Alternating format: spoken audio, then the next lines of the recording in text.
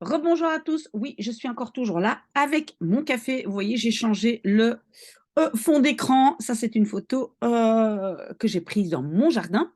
Euh, ok, alors, donc, j'ai reçu ce mail donc, de cette personne, prénom, nom. Et en fait, ce que je remarque quand même, et ça, je tiens à le dire, c'est que cette personne écrit très, très bien. On dit que les jeunes d'aujourd'hui ne savent plus écrire, mais regardez, vraiment incroyable, très, très joli mail. Qu'est-ce que nous, on en retient? Ben, c'est une personne en cinquième secondaire, doit faire un examen de rattrapage en août.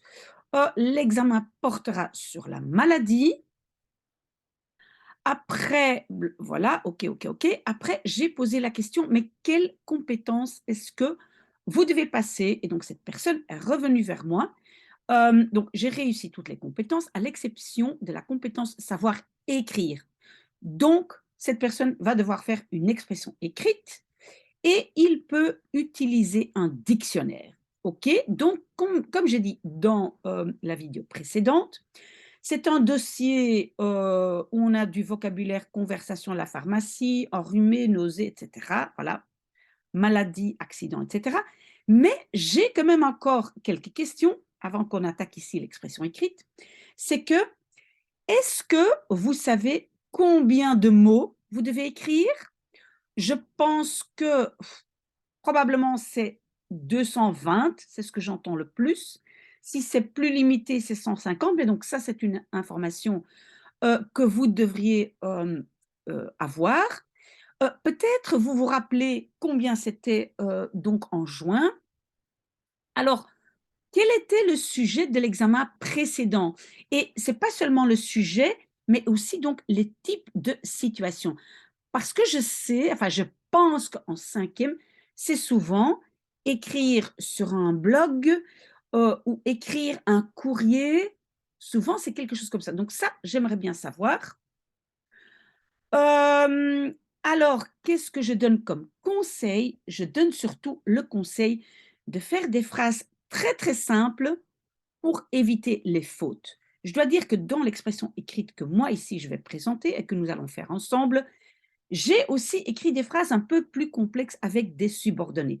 Mais si votre professeur ne le demande pas, vous pouvez toujours faire des phrases plus simples. Pourquoi? Je vais vous expliquer pourquoi.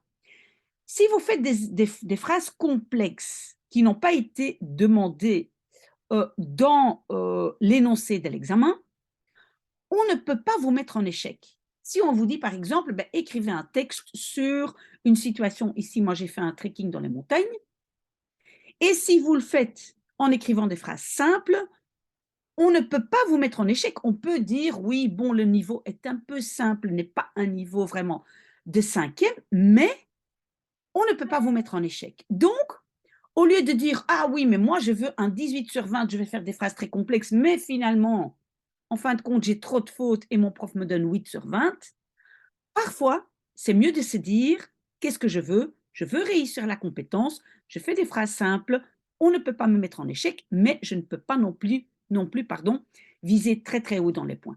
Donc, à vous de voir. Mais souvent, je conseille pour l'expression écrite, hein, pas pour toutes les compétences, mais pour l'expression écrite, je conseille souvent des phrases très très simples.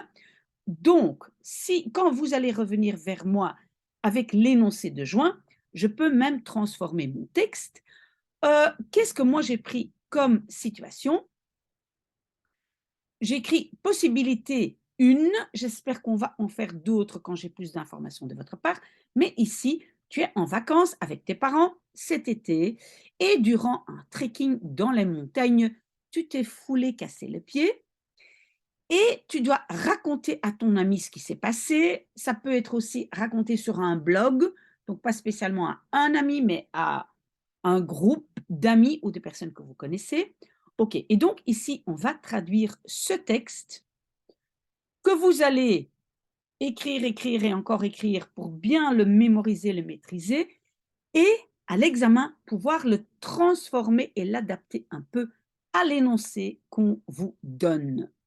S'il y a des questions, revenez vers moi, mais on commence notre expression écrite et on va donc traduire. Bonjour Loïc, bonjour les amis. Donc si c'est un ami, bonjour Loïc. Si c'est sur un blog, peut-être bonjour les amis. Dag Loïc. Oula, qu'est-ce que c'est? Non, pas bien. Dag Loïc. Et on peut aussi dire Dag beste vrienden. Peut-être vous ne le dites pas comme ça à vos amis, mais en tout cas, pour votre professeur, ça ne peut pas être une erreur. Bonjour, chers amis. OK? J'espère que tu as eu de bonnes vacances. En français, on va plutôt utiliser le verbe passé, mais en néerlandais, avoir. Donc, je vais dire Ik hoop dat je een goede, peut-être on va mieux dire on va dire een fijne vakantie hebt gehad. Fijne vakantie, on n'oublie pas que vakantie en néerlandais est toujours au singulier. Fijne vakantie. Donc on dit une chouette vacance. Hein? En français pluriel, mais pas en néerlandais. Ik hoop dat je, tu, et avec tu, on fait rejet des verbes. OK? Si maintenant, c'est pas tu, mais ik hoop, alors on va dire dat jullie een fijne vakantie. Ouh là là là là. Et puis c'est pas hebt, mais hebben gehad. OK? Et donc alors ici, voilà, pas majuscule, mais donc ik hoop dat je, ou ik hoop dat jullie een fijne vakantie hebben gehad. Quand c'est jullie, vous, pluriel. OK? Mes vacances n'étaient pas très bonnes. Mijn vakantie, singulier évidemment, was niet heel... Oh là là là là, désolé, dimanche matin. Was niet heel goed. On peut dire was niet heel fijn, c'est bon aussi. Oh là là. Attendez, un peu de café. Désolé. OK. Je suis partie avec mes parents en Suisse. Ik ben, parce que le verbe partir, ik ben gegaan. Moi, je vais utiliser le verbe gaan ou vertrekken, mais les deux verbes ont être. Donc, ik ben. Deuxième partie du verbe, je garde pour la fin. Met mijn ouders en Suisse. En néerlandais, quand on va vers un pays, c'est naar, attention, naar Zwitserland gegaan. Je vais relire pour voir si c'est correct. Ik ben met mijn ouders naar Zwitserland gegaan.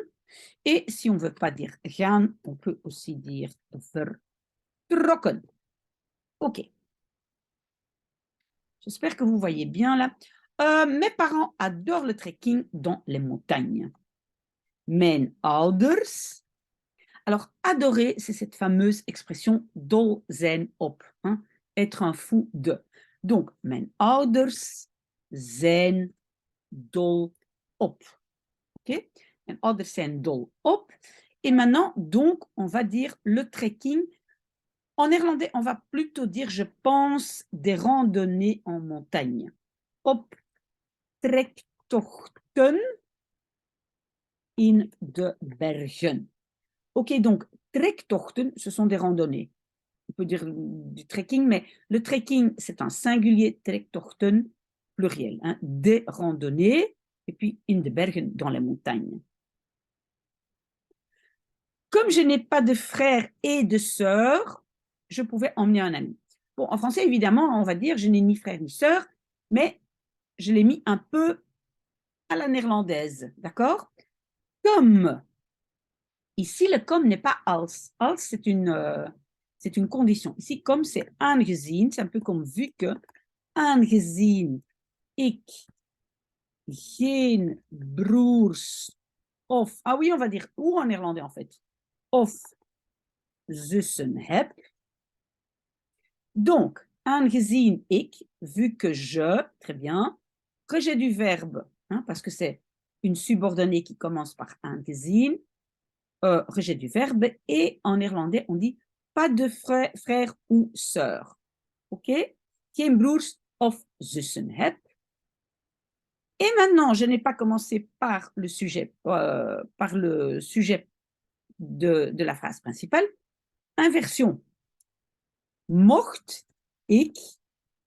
Et pourquoi c'est mocht et pas kon? Parce que c'est une permission. Mes parents m'ont donné la permission. Ce n'est pas la possibilité, c'est la permission. Donc, pouvais-je, hein, mocht, l'imparfait de mogen, mocht ik een vriend emmener en néerlandais, c'est prendre avec. Meenemen. L'infinitif parce que j'ai mocht, hein, verbe de modalité devant. Je ne t'ai pas choisi car tu n'aimes pas les montagnes. Ça, c'est toujours dans la supposition. J'écris à un ami, hein, parce qu'il peut se dire, mais pourquoi je n'ai pas été choisi? Et donc, je ne t'ai pas choisi car tu n'aimes pas les montagnes. Ik heb je niet gekozen.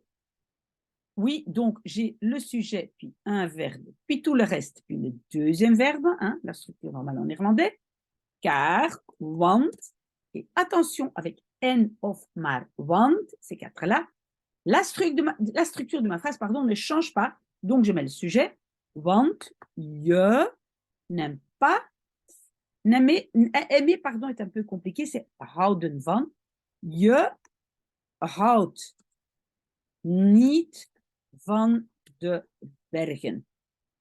Oui, donc en français, aimer n'a pas de préposition.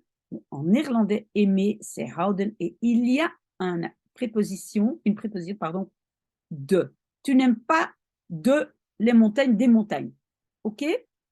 Donc c'est houden van. Je houdt niet van de bergen. Le niet se place toujours devant la préposition. J'espère que ça, c'est clair. Sinon, vous pouvez revenir et me poser des questions. Je suis donc partie avec mes parents et mon ami Arcadius. Ik ben donc dus. Si on veut, on peut mettre tout ça, et donc, parce que j'ai dit la deuxième partie, donc le mot partie, je vais complètement à la fin, j'ai heb devant, pardon, je suis devant, et la deuxième partie tout à fait derrière, mais rappelez-vous, je peux mettre après cette deuxième partie de verbe, quelque chose avec une préposition. Sinon, ça devient un peu long. Mais si maintenant on veut suivre les règles vraiment à la lettre du professeur, on va dire ben dus met mijn ouders en mijn vriend Arcadius vertrokken. OK? Un verbe devant, un verbe derrière. OK? Et tout ça, donc le dus et tout ça entre les deux, mais vous allez voir que met mijn ouders en mijn vriend Arcadius, vous allez parfois trouver ça à la fin. J'espère que ça c'est clair ici, sinon il faut revenir vers moi. Hein. Nous voulions rester une semaine et faire une randonnée chaque jour. We wilden, nous voulions. Le rester, je vais garder pour plus tard. En fait, je vais le garder jusqu'ici. Parce que quand nous avons et, non. Quand nous avons et, évidemment, ça, c'est une nouvelle partie qui commence.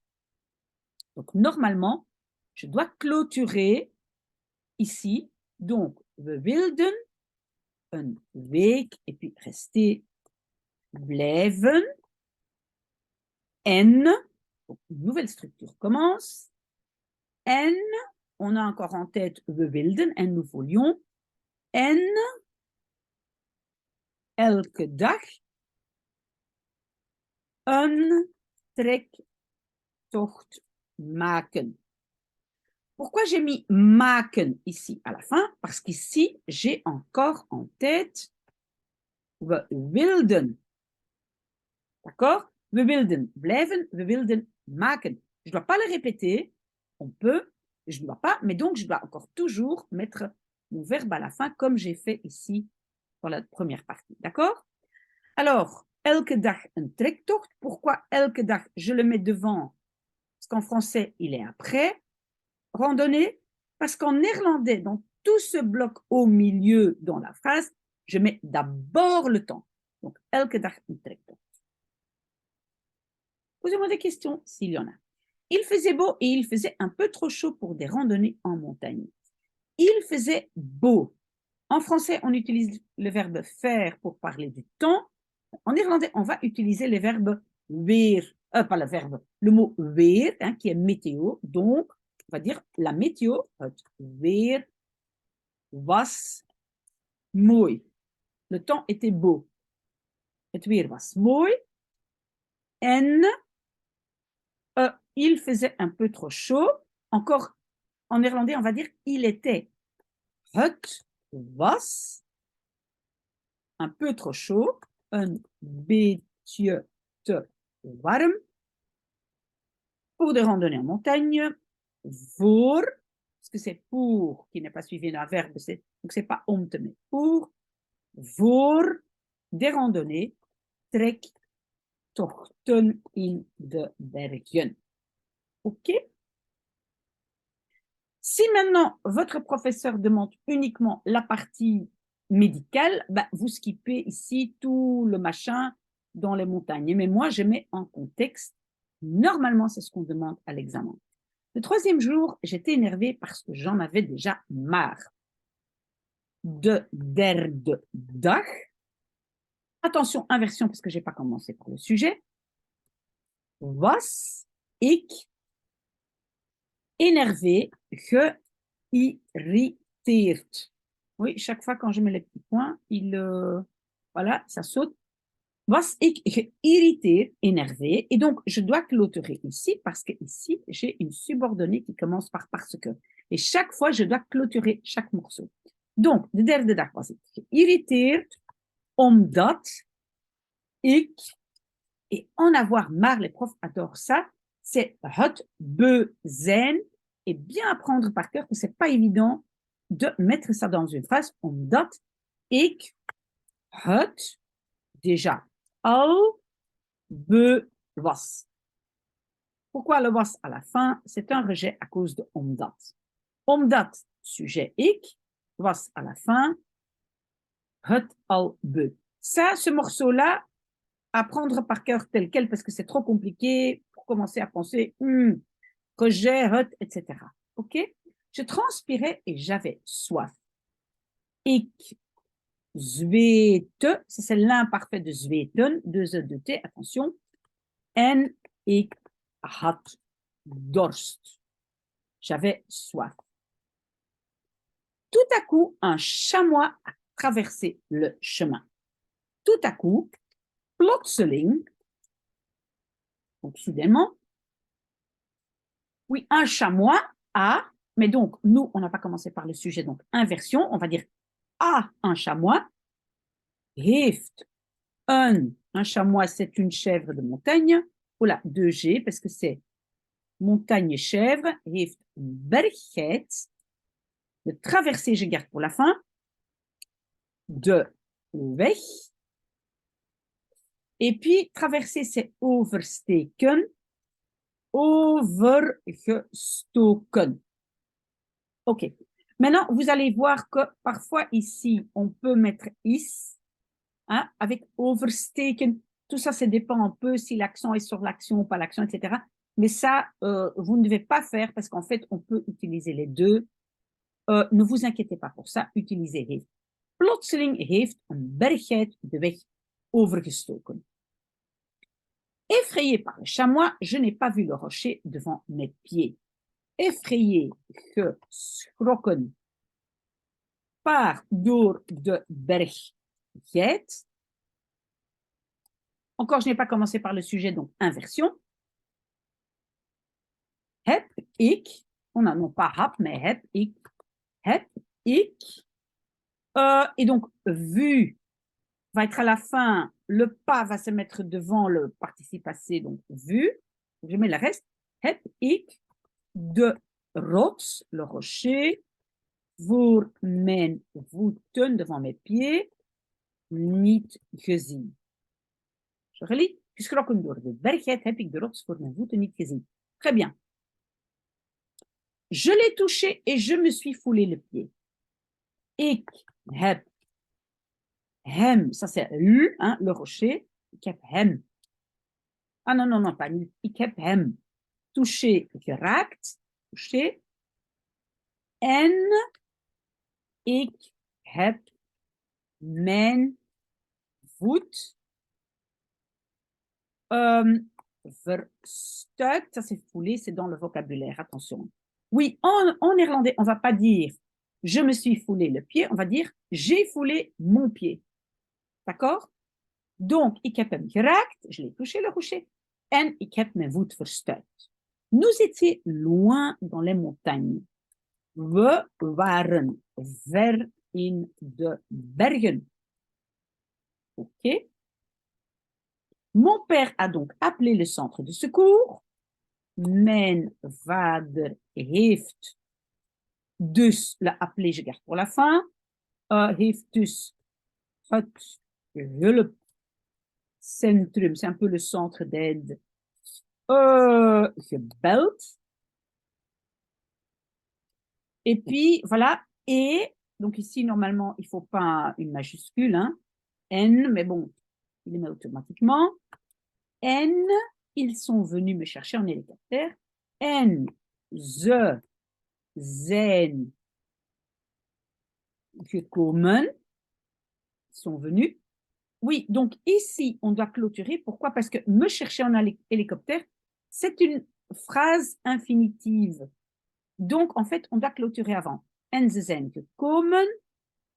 Ah, non, pas vrai ce que je dis. Pas vrai, pas vrai.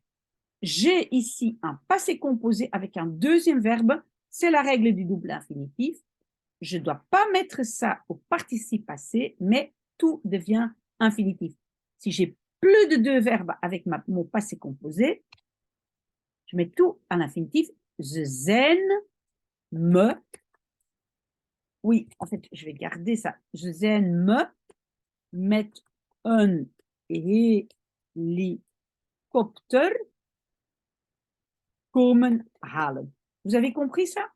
Donc, ça, en fait, ça, c'est le participe passé, mais qui est devenu infinitif à cause du double infinitif, d'accord?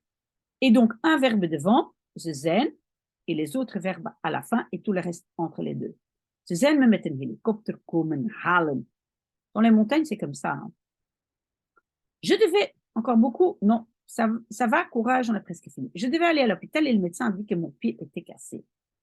Ik moest, le aller, je garde, naar het ziekenhuis gaan. Attention, naar, hein. Quand naar, je suis encore là. Donc, c'est un peu comme vers. En de dokter a dit, heeft gezegd, oui, je clôture parce qu'après, j'ai une subordonnée qui commence par que, dat mijn voet était cassé. Donc, je mets tous les verbes à la fin, le rejet des verbes et souvent le verbe conjugué à la fin. Pas obligé. Hein? Donc, vous pouvez dire was gebroken, mais moi, je vais mettre gebroken was. On peut dire was gebroken, comme vous voulez. Donc, il, mon pied, hij was rood en gezwollen. Le professeur va adorer le gezwollen. Après 3 heures d'attente, l'infirmière a mis un plâtre. Na 3 uur wachten. Après 3 heures attendre, on dit en néerlandais. Inversion, évidemment. Oui, il ne faut même pas une virgule en néerlandais. Donc, A, l'infirmière heeft de verpleegster een gips. Oui, et maintenant, votre professeur a dit mettre un plâtre, c'est aandoen. Le vocabulaire dit aandoen. Moi, normalement, on utilise zetten. Bon, on va utiliser le vocabulaire que le professeur a donné, donc on va mettre aangedaan. Pour moi, aandoen, c'est plus pour un pansement. On suit les instructions du professeur et du manuel, n'est-ce pas? Na 3 uur wachten heeft de verpleegster een gips aangedaan. Je devais me reposer pendant 3 semaines. Ik moest me reposer à temps gedurende 3 weken. Se reposer, c'est rusten. C'est pas se reposer, c'est pas zich rusten, c'est juste rusten. Ik moest gedurende 3 weken rusten. Nous sommes donc retournés en Belgique. We zijn dus vers la Belgique. Hein. Oula, un petit instant parce que ma batterie est presque plate. Je branche mon ordi. Désolée parce que je n'ai pas envie de recommencer ma vidéo. Voilà, c'est fait. Donc, we zijn dus naar België. Voilà, j'ai mis... quand il met des petits points, ça saute, c'est pas grave. Ik ben dus naar België. Ja, we zijn dus naar België teruggegaan. Je peux aussi dire teruggekeerd. Ça vient de terugkeren. Oula. À vous de choisir. Arcadius et moi, nous avons joué aux jeux vidéo. Arcadius en ik. En néerlandais, on ne doit pas dire moi, nous. Hein. C'est Arcadius en ik hebben, et c'est pas jouer au, hebben videospelletjes. Vous voyez, vidéo et puis spelletjes gespeeld. C'était même plus chouette que les randonnées. Oui, je n'ai pas de doute là-dessus.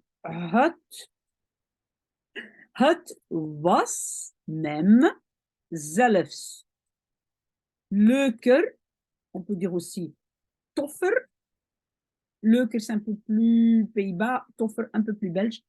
À vous de choisir. Et toi, c'est le leuker dan de trektochten. Après 3 semaines, je pouvais marcher avec des... Ah oui, j'ai mis 2 fois was. Ok, on va accepter ça. Après 3 semaines, je pouvais marcher avec des béquilles. Na 3 weken. Inversion, je n'ai pas commencé par le sujet. Mocht ik, j'avais la permission du médecin. Je garde marcher pour la fin.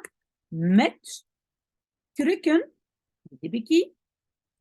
Stappen, marcher. Après 6 semaines, au total, ils ont enlevé mon plâtre. Na 6 weken in totaal. Ils ont, inversion, hebben ze mijn gips. Comme le professeur a dit aandoen pour mettre, on va dire uitdoen pour enlever. Uitgedaan. D'accord? Attention, le petit ge, c'est après la particule. Hein, uitgedaan. Ça, c'était donc mes vacances. Dat was dus mijn vakantie. Vous voyez, le was n'est pas au pluriel, c'est pas waren. Vakantie singulier. Hein. Dat was dus mijn vakantie. Dernière phrase, on est presque. J'espère que tes, si on parle à l'ami, ou vos vacances, si on parle à plusieurs copains, étaient plus chouettes. Ik hoop dat je, si c'est un groupe, jullie vakantie leuker, on peut dire toffer, hein, comparatif, was. Voilà, on a fini. Donc, maintenant, prénom, nom, ou bien vous utilisez ça, vous essayez de rediriger un peu selon ce que le professeur vous demande, ou bien vous revenez vers moi avec d'autres situations, hein, d'autres possibilités. On peut faire une nouvelle expression écrite, mais je veux d'abord savoir un tout petit peu plus sur de quelle façon la première session s'était déroulée, quelle était la situation, c'était un blog, une lettre ou... Voilà. Ça va? Moi, oui, je continue mon café, je reste avec vous, pas de stress aujourd'hui, on est dimanche et vous êtes en congé, mais revenez vers moi avec des commentaires. À tout de suite peut-être.